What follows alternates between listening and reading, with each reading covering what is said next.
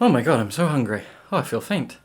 100 Queer Poems is an anthology by Mary Jean Chan and Andrew Macmillan. This is apparently, according to one of the editors, the first of its kind from a major publisher in 4 decades. This is exactly what it says, an anthology of 100 queer poems from poets that you are familiar with, probably, and poets that you're not. The anthology is divided up into sections, and these sections are themed. For example, you've got queer childhoods and adolescence, queer domesticities or homes, queer relationships, queer landscapes, queering the city, and queer futures. It's a collection that does a lot.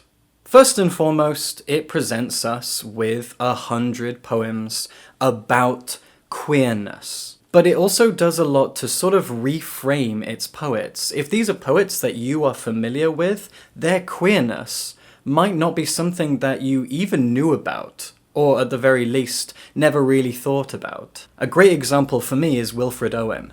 Now, I grew up reading Wilfred Owen. I studied his poems when I was at school, and when I became a teacher, I had to teach them. War poetry is a very popular thing, British propaganda. But I love Wilfred Owen's poems. There's a lot to like about them, and I didn't even know he was any flavour of queer. And to read one of his poems, a poem that I had actually never read, in this anthology was very enlightening. In fact, before I get into it, before I really talk about what I loved and why this collection was so important to me, I'm going to read out a little bit from the introduction. The introduction is a really decent size, and it is separated into 2 halves, Andrew's and Mary's. And in Andrew's half, he talks about what this anthology is, what these poets are, and what they brought to the table. And there's just 2 paragraphs here that I want to read out to you. One of them is about how we are reframing things based on what we choose to pull out of the poetry. For example, you know what, I'm just going to read it. You'll see what I mean. An anthology like this asks a necessary but difficult question. What is a queer poem? I wish I knew. The poems you're about to encounter are 100 different ways that we might arrive at an answer. Is a queer poem simply anything written by a poet who identifies themselves as queer? Is a queer poem one that is overtly queer in its subject matter? Is a queer poem one that queers the language or the form or the very structure of what a poem is? By including a poem in this anthology, are we shifting the way it or its author could be viewed? If some of these poems are included in an anthology of poems about mental health or freedom or loneliness, would that frame our reading of them? By looking at it through a queer lens, are we altering it? Is the version of the poem that exists in this anthology different from the one that existed before? I love these questions, especially that last one. By focusing on the queerness of a poet or their poem, are we changing the nature of the poem? And this is something that I love about literary criticism, the concept of death of the author, all of these things when it comes to analysis and interpretation and what we glean from a text, whether it be poetry or prose. It's such an exciting thing. It's such a wonderful aspect of literature, of reading, of literary criticism, and I find it electrifying. And these are really great questions to keep in mind as you read this anthology. The next paragraph talks about the poets themselves, and this relates back to what I said about my knowledge or lack of knowledge about Wilfred Owen. And what of the poets? In amongst the newer names here are poets you may well be familiar with. They exist in the canon, that odd literary space which sometimes feels like an exclusive nightclub that has a dress code nobody can describe and a door policy that only exists through word of mouth. So often these are poets we know of despite their queerness, not because of it. Think of Langston Hughes, the poet of the Harlem Renaissance. Think of John Ashbery of the New York School. Think of Wilfred Owen, the war poet. Think of W.H. Auden, the poet of a particular kind of Englishness. These are poets who often survive because there is another claim on their identity. They can neatly fit into another school, another movement, and therefore are palatable for being taught in classrooms, for being read at weddings or funerals, for being remembered. What becomes of these poets if we centre that part of their identity that is often overlooked? That is absolutely fascinating. By exposing the queerness of these poets and their works, are we actually limiting their broadness, their availability, their scope, depending on how they're being used? given the homophobia, transphobia, etc. that exists in so many different spaces, including our school curriculums, would these poets suddenly be second-guessed as eligible for school curriculums, as eligible for being read at weddings and funerals? That would betray people's homophobia, transphobia, etc. Oh, suddenly we can't study Wilfred Owen at school anymore because he's a queer poet.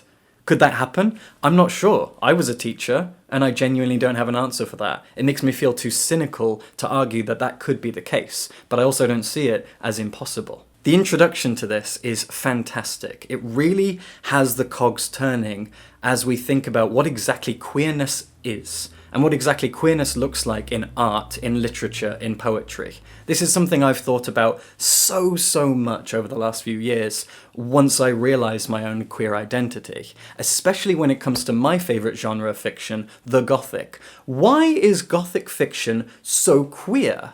What is the queerness at the heart of the Gothic, especially considering so many Gothic authors, poets, playwrights were not queer as far as we know. So many of my favourite Gothic authors weren't queer, to our knowledge. And yet there is an inherent queerness. What is that queerness? I can't even describe it. And it's the same here.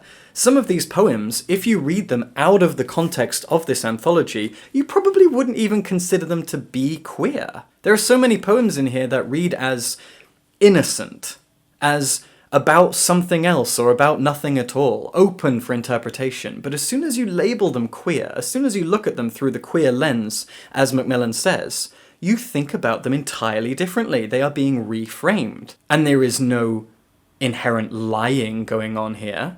This is interpretation, and these poets are or were queer. I'm rambling, but I find that concept so exciting. Reading this collection did two things for me. One, it did everything I've just described, had me thinking about the nature of queerness, what queerness looks like, how it feels, how it is defined or described, how we sense it in our literature.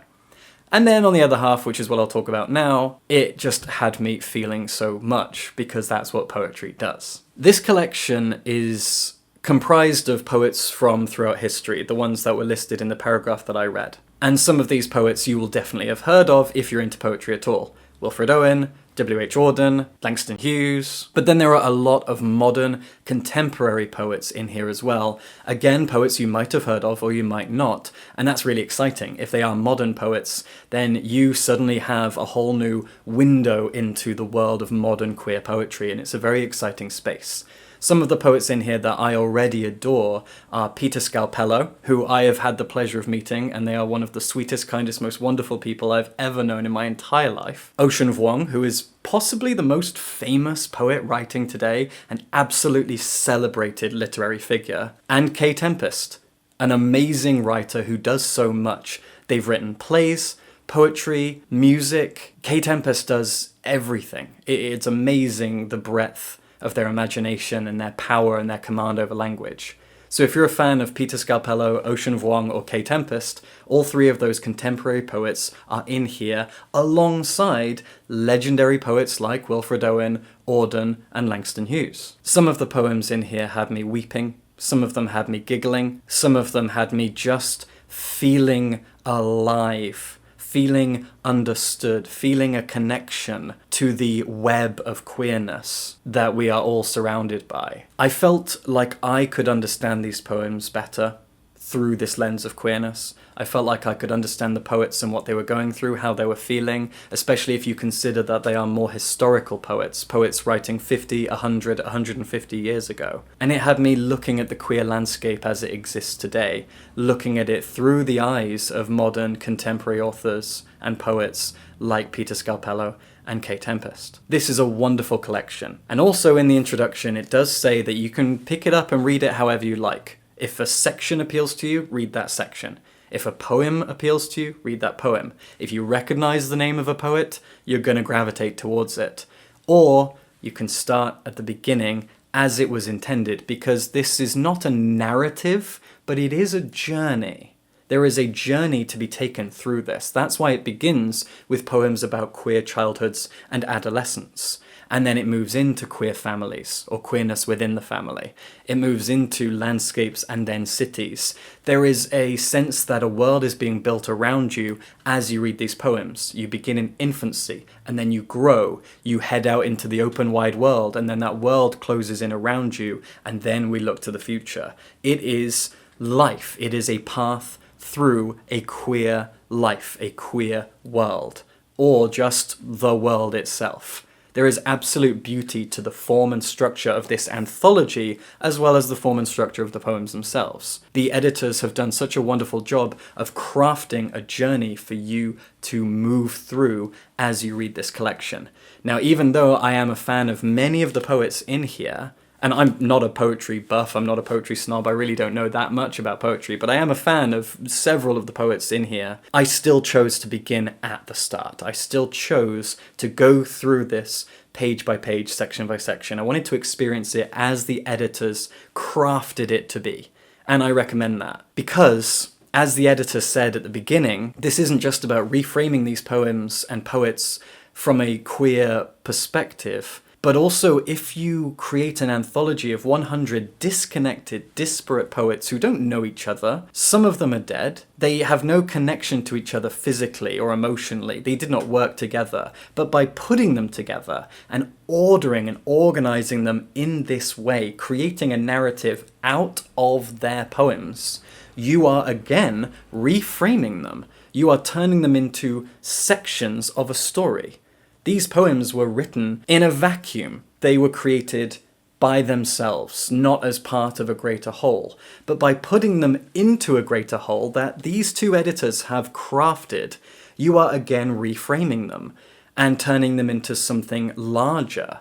Even though, of course, they are beautiful and they stand perfectly on their own, by putting them in this narrative, they become part of something even larger. And they can affect you in two different ways, as individual pieces of art and as sections in this beautiful journey, steps along the way. It's fantastic. I'm so glad we have an anthology like this. It is so important for readers, especially queer readers, to have something like this to empathize with, to guide them on their journey, to make them feel loved, to make them feel understood, and to make non-queer people understand us better, to make us feel more human and beautiful and tragic and everything else that humans are. I absolutely adore this anthology of 100 queer poems. I'm so grateful to these editors for what they've done here. It is stunning. It is a wonderful work of art made up of individual works of art. What a beautiful thing. I love it. I'm so grateful. I'm so glad. It's stunning. So many poets for you to discover and check out. So many ways to understand queerness. Subscribe for books.